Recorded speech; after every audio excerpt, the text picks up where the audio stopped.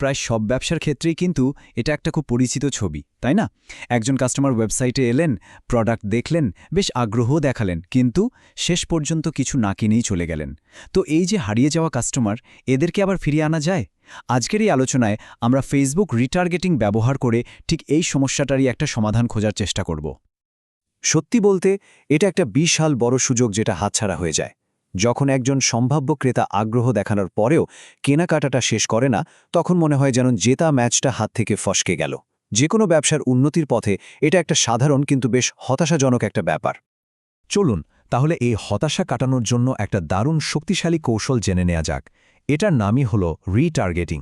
এটা আসলে সেই সব হারিয়ে যাওয়া কাস্টমারদের সাথে আবার কানেক্ট করার একটা অসাধারণ উপায়, অনেকটা দ্বিতীয়বার সুযোগ তৈরি করার মতো। তার মানে মূল ব্যাপারটা কিন্তু নতুন গ্রাহক খোঁজা নয়, বরং ফোকাসটা হলো সেই সব মানুষদের ওপর যারা আপনার ব্র্যান্ডকে অলরেডি চেনে, একটু হলেও আগ্রহ দেখিয়েছে, তাদের সাথে কথোপকথনটা আবার শুরু করা। আর এটা করা হয় একটা নির্দিষ্ট দর্শক গোষ্ঠী বা কাস্টম অডিয়েন্স তৈরি করে। এই স্লাইডে দেখুন, পার্থক্যটা কিন্তু খুবই গুরুত্বপূর্ণ। কোল্ড অডিয়েন্স হলো একেবারে অচেনা মানুষের মতো, যারা আপনার ব্যবসা সম্পর্কে কিছুই জানে না। অন্যদিকে ওয়ার্ম অডিয়েন্স হলো পূর্ব পরিচিত। যেহেতু তারা ব্র্যান্ডটাকে চেনে, তাই তাদের ক্রেতাতে পরিণত হওয়ার সম্ভাবনা কিন্তু অনেক অনেক বেশি থাকে। আচ্ছা, এখন প্রশ্ন আসতে পারে যে এই যে এত মূল্যবান ওয়ার্ম অডিয়েন্সের কথা বলা হচ্ছে, এদেরকে পাওয়া যাবে কোথায়? চলুন এবার সেটাই দেখি যে একটা ব্যবসা কাদের সাথে আবার সংযোগ স্থাপন করতে পারে। ফেসবুক কিন্তু বেশ কয়েকটা জায়গা থেকে এই আগ্রহী মানুষগুলোকে খুঁজে বের করার সুযোগ দেয়। যেমন ধরুন, যারা কোনো পোস্টে লাইক দিয়েছে, কমেন্ট করেছে বা অ্যাডের সাথে কোনোভাবে যুক্ত হয়েছে। আবার যারা ইনবক্সে মেসেজ পাঠিয়েছে কিংবা যারা সরাসরি ব্যবসার ওয়েবসাইটে ঘুরে এসছে। এদের প্রত্যেকটা গ্রুপই কিন্তু এক একটা মূল্যবান আগ্রহী দর্শকের দল, যাদের কাছে আবার পৌঁছানো সম্ভব। কিন্তু এখানেই শেষ নয়, ব্যাপারটা আরও অনেক কৌশলগতভাবে করা সম্ভব। একজন কাস্টমার কেনার ডিসিশন নেওয়ার কোন পর্যায়ে আছে সেটার ওপর ভিত্তি করেও কিন্তু তাকে টার্গেট করা যায়। এতে ফলাফল আরও ভালো পাওয়া যায়। বিশেষ করে যারা ওয়েবসাইটে আসে, তাদের হিন্দং দেখে কিন্তু তাদের আগ্রহের গভীরতাটা অনেকটাই বোঝা যায়।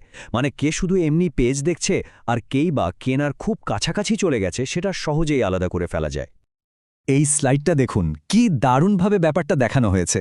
কেউ যখন শুধু একটা পেজ দেখে, তখন তার আগ্রহটা একদম প্রাথমিক লেভেলে। যখন সে কোনো জিনিস কার্টে যোগ করে, তার মানে সে কেনার কথা বেশ ভালোভাবেই ভাবছে।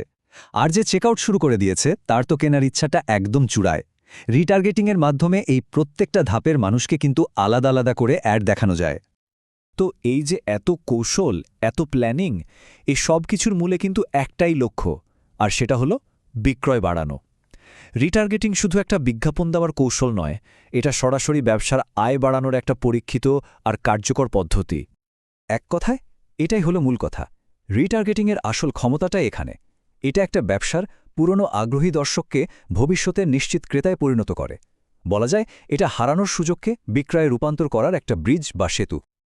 তাহলে শেষ করার আগে একটা প্রশ্ন রেখে যাই। একটু ভাবুন তো, একটা ব্যবসার জন্য সবচেয়ে মূল্যবান কিন্তু প্রায়শই চোখ এড়িয়ে যাওয়া সম্পদ কোনটা? যারা ওয়েবসাইটে এসেও কেনাকাটা না করে ফিরে গেছে, তারাই কি আপনার ব্যবসার সেই আসল লুকানো সম্পদ?